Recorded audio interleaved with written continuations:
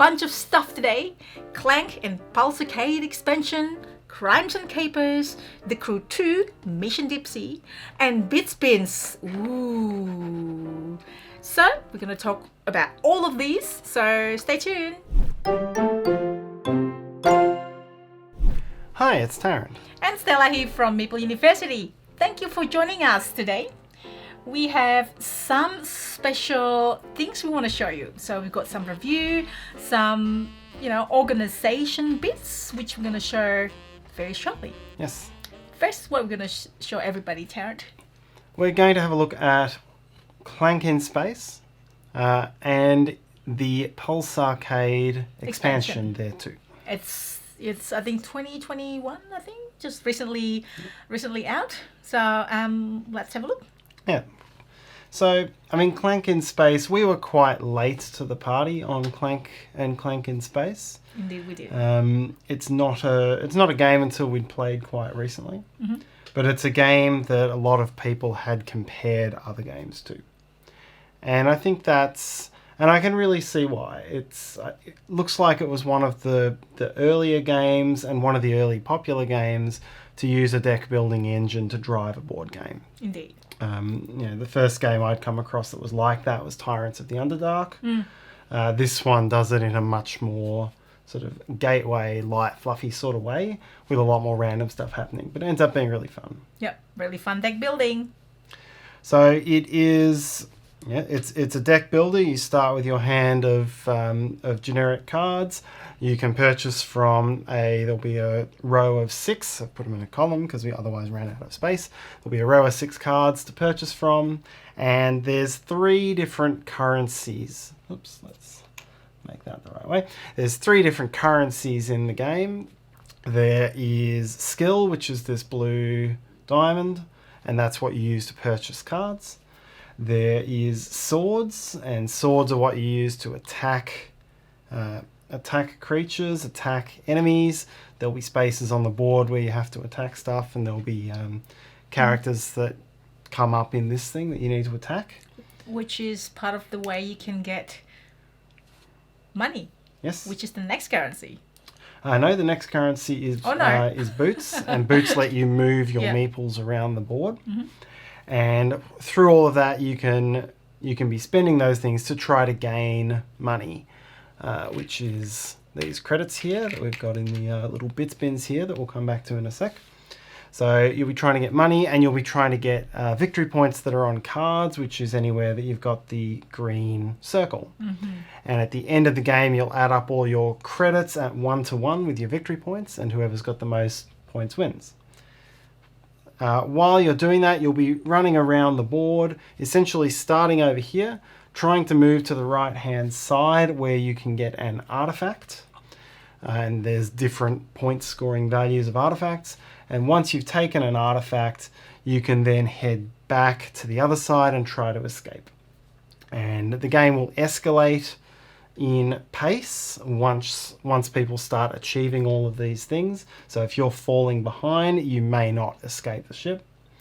Ultimately, you have to get at least back to this module when the game ends or when you're killed in order to have a chance. Or can you when you're killed? I can't remember now. I think you're out if you're killed, but you have to at least get to this point here. Yeah. And that's the overall summary of the game. As you say, the credits are a currency because you can buy useful items with them. And then the other side of it all is the clank. And so there's a negative... Clank. Yes, Sorry. There's a negative effect. There's a negative currency called clank, which forces you to put one of your cubes on here. And then every time an enemy card is drawn into the row, something with this icon here, this red icon, then all of these will go into the black bag. They'll be shuffled up, and then you'll draw a number of cubes that will escalate as the game goes on. If you draw black cubes, it starts with a whole lot of black cubes. Those just come out of the game, making your character cubes more concentrated and giving you a loss of health. And as this goes on, you'll need to then take some healing actions and things, otherwise you'll get eliminated. Yeah. So there's actually quite a lot going on in the game. It is, yeah. It's not the complex game, but a lot going on still. Yeah. And you probably, if you used to play Clank the base game, you'll wonder, what are those? What are those? We get to that now. Or soon. Yeah, I mean, overall, I think I am glad we've now discovered and played Clank. Oh, yeah. I think it plays really well. It plays light and fluffy, and it plays pretty randomized, but in a really fun way. There's lots of different ways of scoring and lots of different things you can do, elements of tension. So the tension is very good. Yeah. It's like, it's thematically, like the element of tension and very thematic. We haven't played the other version, the base one. We haven't played base Clank. We haven't played Clank in Space without Pulsarcade. Yes. So, I mean, Pulsarcade is what we're basing everything on. Yeah. Clank Legacy as well. I know they've had a number of different Clanks come out. Yeah, we haven't played that. But I'm really keen to see. Like, tell us what you think. I've seen a lot of posts on social media about Clank Legacy. Do you like it? If you do, what do you like about it? Why is it different from other Legacy games, I guess? Because there's like Pandemic, there's Gloomhaven and so on. What makes Clank Legacy so good? Or maybe you don't like it. Let us know. So the major things that Pulsarcade brings, it comes in a flat shrink wrap packet, so it doesn't have a lot of new components. It's basically punch boards. And it's got several new modules for here. So it's got a new module where the artifacts sit, and the way this works now changes. Instead of going as deep into here as you can to get the highest scoring one, you're now going to one of these two spaces to do a skill shot to try to gain one of these. And essentially it's got an arcade sort of vibe to it. Yeah, it's like arcade retro sort of vibe. Yeah. This arcade machine. Yep. So you are trying to collect tokens through the through all the encounter, and the tokens come on these arcade machines. You can see them down in the corners here. You'll get a token when you achieve something, like this one. The first two people or one person in a two-player game to use a telepad gets this and gets a token. Q alert. Now, I like this one. This is probably my favorite. It is called Snackman. Obviously, this is a ripoff of Pac-Man. Consume a power crystal in the MCP module. So that's also thematic. Snackman, Pac-Man. Yep. There's Waste 3 boots. There's Player Memory Course. There's all these things that will help you build up tokens. And then when you get to these spaces, you can spend skill to get a couple of tokens temporarily. And if you're on this space, you get more tokens. And then the more tokens you have when you do that will push you up from the Game Boy to the Thanos fist up to it's the, like the chair. in a like arcade places where you collect the more tokens you have, the better the items you can exchange it to. It's basically it. Yeah, so this is a nice feature because instead of just being who gets in first and deep, it's now you're trying to achieve other things. Yeah. So that's one of the things that Pulsarcade brings. The other is there's 3 new module boards, each double-sided. And so if you've played the base Clank, you know you've got to visit 2 of these and drop your transparent cubes off. And there's various different abilities that can happen in there. And so now this has added 6 new ones. The ones that we're showing here, we got the cloning bats. So you can go to these spaces and drop your cubes off, and they will give you a bit of immunity from the bounty hunter cubes when they come out. Over here, I love that. You've got variable data cores here, so you can drop something off in a data core. It gives you one of these bonuses, and that will combo and be triggered by the yellow cards, the yellow standard cards. I love these ones because it gives me 2 attack. I always go there every time I play this. Yeah, you can really build some things up there. And then this one here uses these new racer pieces. And essentially, every time you get 3 Clank on a turn, you're going to start to go up this track. And it's going to be worth more and more points as you go up the track, and some extra bonuses, like you get a free sword if you go there. So there's a number of things here that now make Clank a little bit... you can take more risk on Clank because there's some bonuses out of it. Yeah. Obviously, we don't really set up to any particular number of players. I mean, we only have 2 player tokens out, but we set up really for like 4 players. It's like all this. And there's this one as well, the Disguise. It's basically -3 points. Clank. Sorry, -3 Clank and 7 points. Yep. That's new, I guess. I think, that's yeah. the one new item. Yeah. So that is what Pulsarcade brings to the table. And it's the perfect sort of expansion for this this style of game, because it's just... It's fun and... If you've worn out both sides of all your starting modules, now you got some new things. Fun and silly. I heard many stories about how you play Clank. You can play maybe semi-cooperatively at the start, but then you kind of like, when somebody reaches a certain point and then, just go for the exit. It's just a really fun game. I really love it. I wish I would play this game much sooner. So happy that finally get the chance to do it, to play it. You there? Yes, no, I'm glad to have discovered this. I can... we have played, because there are a lot of games using a deck building engine these days rather than just being a pure deck builder. It's a very expected thing. And to see one of the ones where it's come from, one of the ones that really has done it well, I can see why everything gets, why this is the reference point for that sort of game. It's a very good game. Maybe we'll do a comparison between Clank and the Hunger, which has got the similar feeling. Now, the Hunger, we do have the review video. I'll link it in the description. That is by Richard Garfield, and that has got similar feel of racing out and then racing back in with deck building. Yep, no, I've heard that one described as Clank with Vampires. I've heard Few and the Cursed is another one that's referred back, Clank in the Desert, So, it's definitely... It's one of those games. It has made a real name for itself as a genre definer. Maybe we'll do a video just for that. Maybe not. Let us know in the comments if you want it, and then we'll look into it. Now, while we're talking about this, we're going to have a look at some of these organisers that we have here. So this is a BitsBins. new organising company. These are called BitsBins, and as you see, you can use these to lay out components during the game, or to pack it away and set up easy. It's very neat. They're clear and see-through, so you can very easily see what's where. And you can see the variety of sizes we've got here. So with the and they nestle together very well. If I find one of the pre-nestled ones, this one here in a very compact way gives you all 3 of the sizes that we're showing you here. So rectangular pieces, big, middle, and small.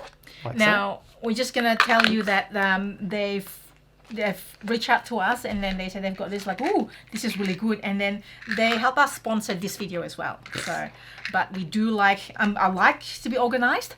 We did try out the insert of the Clank box because we need to fit the expansion anyway. Yes. So now we're gonna get even more organized to put everything in one box. Now, Clank, as you know, because this is such a popular game, you would know that it has a lot of components. So it does. This is why we choose Clank. Good opportunity to also show you that we can be a little bit more organized with the BitsBins. Yes. So as we said, we've got the rectangular ones here. BitsBins also comes in the circular shape and size here.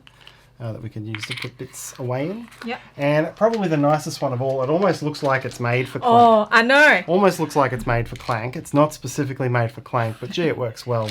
Is this this player organizer here? I don't know if it's actually called player organizer. It's just like we like to... Okay, this is what we do. We like to put all of the player's starting hand in one bag or box. I'm usually a little bit iffy when trying to combine the cards or any cardboard components with wooden or any 3D components, because they might get... I'm just worried they get squashed and bent or whatever. But here's the solution. Yes, so this one is essentially a deck holder. You can, if we come up close here, you can see we've got the bits on the side here for making it a deck holder. And for Clank in particular, I can put my starting hand in there, and then there's plenty of space up the top to just put all of my cubes and meeples and things. So it almost looks like it's made for Clank. Yeah. But this will, obviously, if you're not playing a game that has both components and cards, this will just work perfectly as a deck holder as well. It's going to hold a not sure how many cards, probably 20, 30, I'm guessing. We're about a third of the way up with the 10 starters. So you can also sleeve your cards and it'll still, I would say it'll still fit. I think they will. There's a little bit of space there for the Yeah. sleeves as well. So yes, that is what we've got here from BitsBins. I'm going to start packing this away then. Yes, as you can see, these click and snap together, and by being see-through, makes it very easy to pick out the components that you're playing. I'll link their site in the video description if you want to have a look at what else you have. So they've got like a variety of things they can have in there. So by the way, this is actually we haven't done this vlog style video for a while, so well, welcome back, and this is what we're gonna do. From now on, we're going to do some reviews of videos. This is the white players. Yes. And we are going to also answer some of your questions. If you have any questions, let us know, and then we can answer it while we talk other stuff and show other stuff. Okay, so where can people look to get information and on BitsBins? Yep, we'll link it in the description of the video. Somewhere there. Yes. Now let's quickly pack up. Yes, and I'll just point out we didn't show both sides of each of these modules, but each of these modules is double-sided. Each of them adds its own rules, so yeah, lots of extra flexibility that comes with the game. Yeah.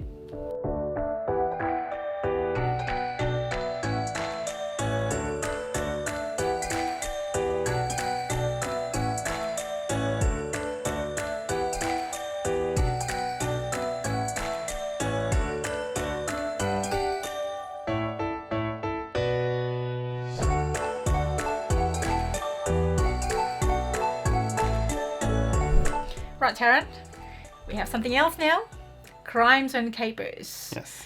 This is, there are a few in the series, so this is by Renegade Game Studios, and this is the High School Highjinks version. Yes, set in the late 90s, I believe. So this is a series which combines escape room with murder mystery. Yep, for families. For families. So this is a lighter version, so it's not very complex, not very anything. You know, it's oriented for families. I can tell. I think.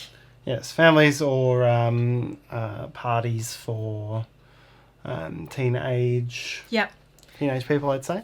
And it plays how many players, Tarrant? It will play up to 6, so there's 6 characters. So the way this game will work is that you have to play at least 4. But you can play up to 6.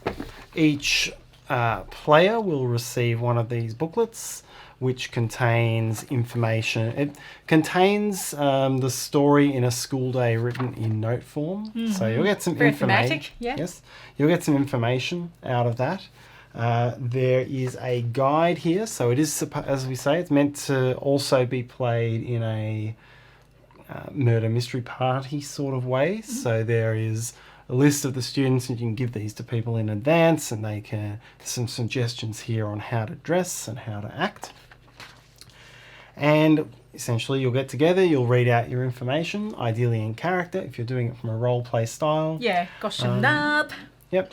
And rather than being that murder mystery sort of thing where someone has done it and there's usually only a few characters involved and you know who they are, this one you're all working together on the one puzzle.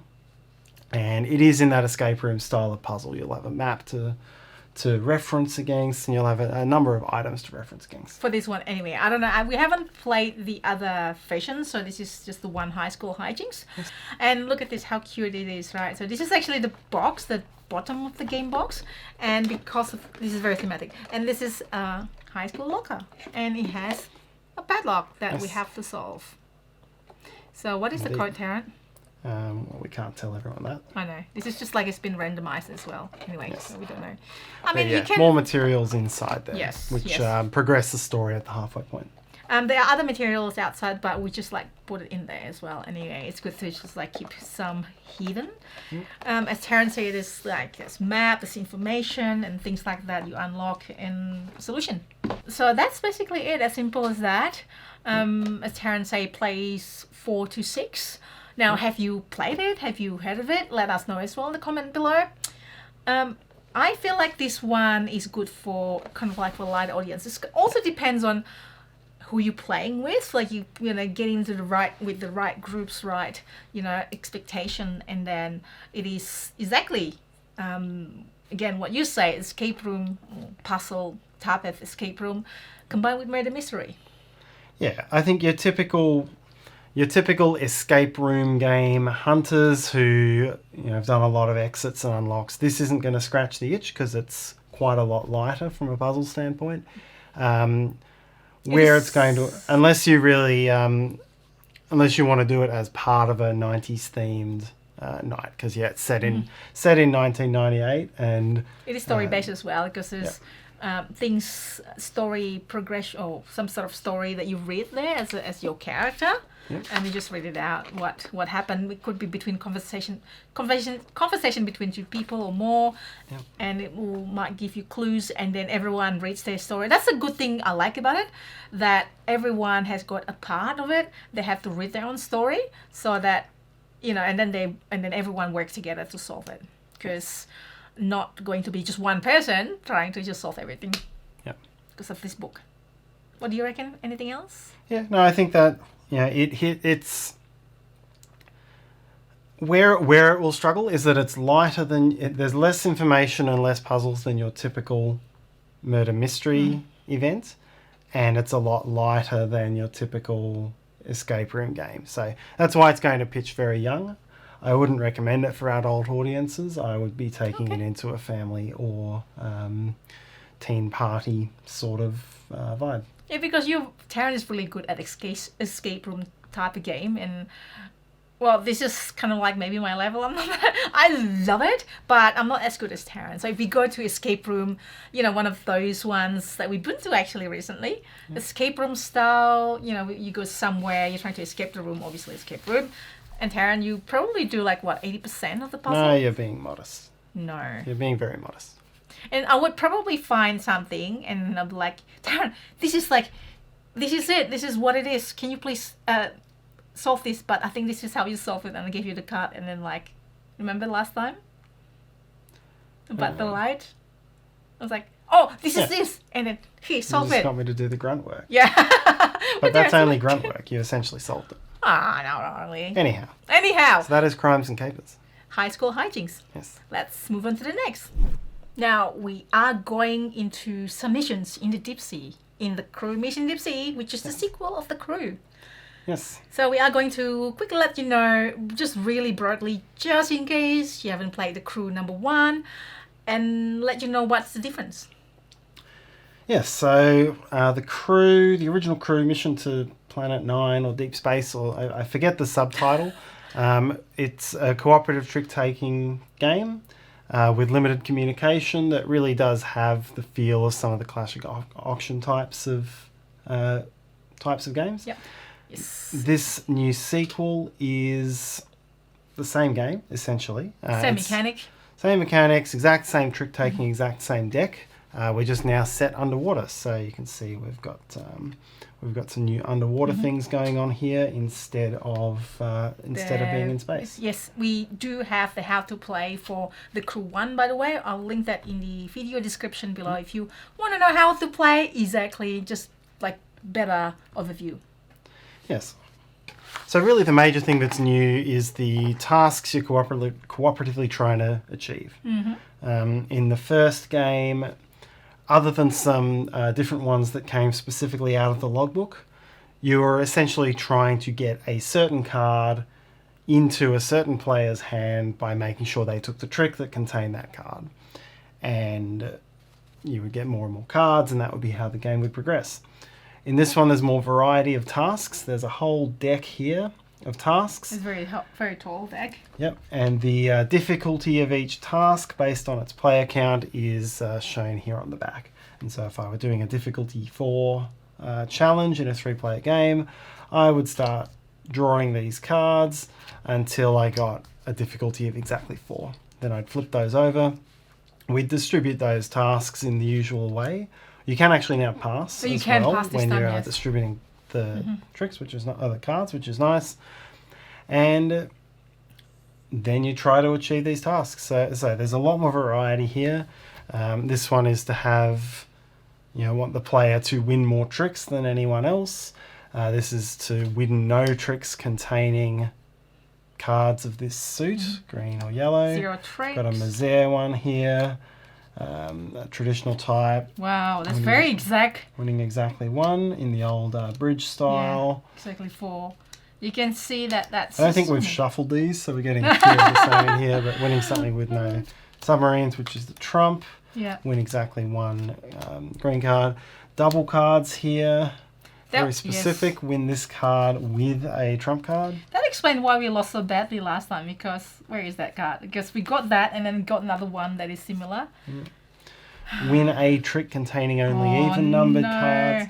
So broad variety here. And it's tricky.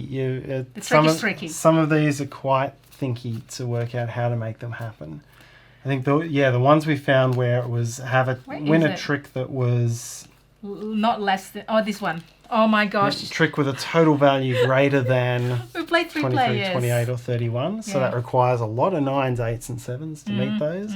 Contriving that situation is tough. Yeah. Have you won this one? So there's another one that's a trick, a total value of something or less. Less than again, something. It's a lot of 3s, 2s and 1s. Yes. That is very we'll end with 3 now. Wow, how is that going to happen? If someone else has got the trump cards for, our friend has got all the trump cards. We did get dealt all 4 of them at once. Yeah, I was like, what's going on?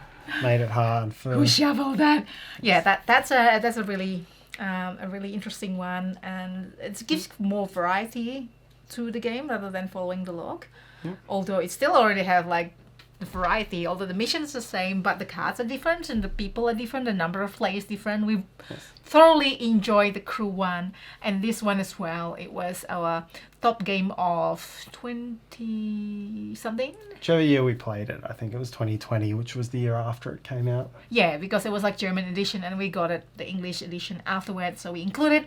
Yeah. We didn't include this one, but because we thought it's almost the same game for 2021. Yeah, it's the same game with new cards essentially, and it scratches that itch of variety. I think it's a good addition. I love it.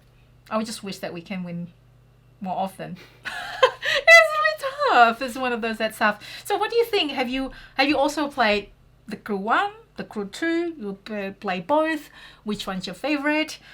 Which one's your favorite?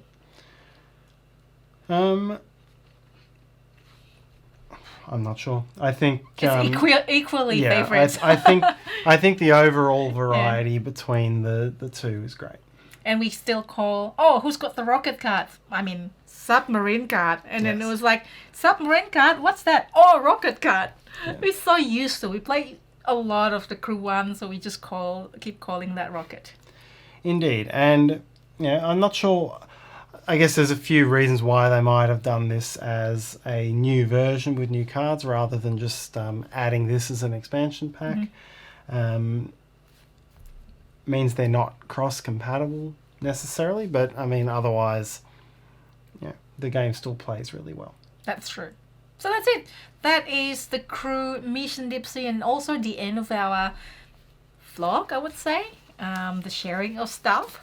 If you have any questions, please let us know in the comments so we can probably answer it in the next one. We do things like live playthrough on the weekends. Have we missed any weekends? I don't think we missed any weekends yet. Not since our wedding. Okay. We've been doing live playthrough for the last 2 years now, almost 2 years now, every weekend. And then we've got the how to play, the overview, my Sean Sweets, and videos like this. And we also have review videos, separate review videos, and so on. If you can, then please hit the like button. That will be really helpful for us. And subscribe if you haven't already done so. And if you hit the bell thing, you get notification when we have new videos. I am also on Instagram, so hopefully you'll find me there. And anything else, Aaron? No, that's all from me. And thank you so much for watching, and have a good day. Bye bye.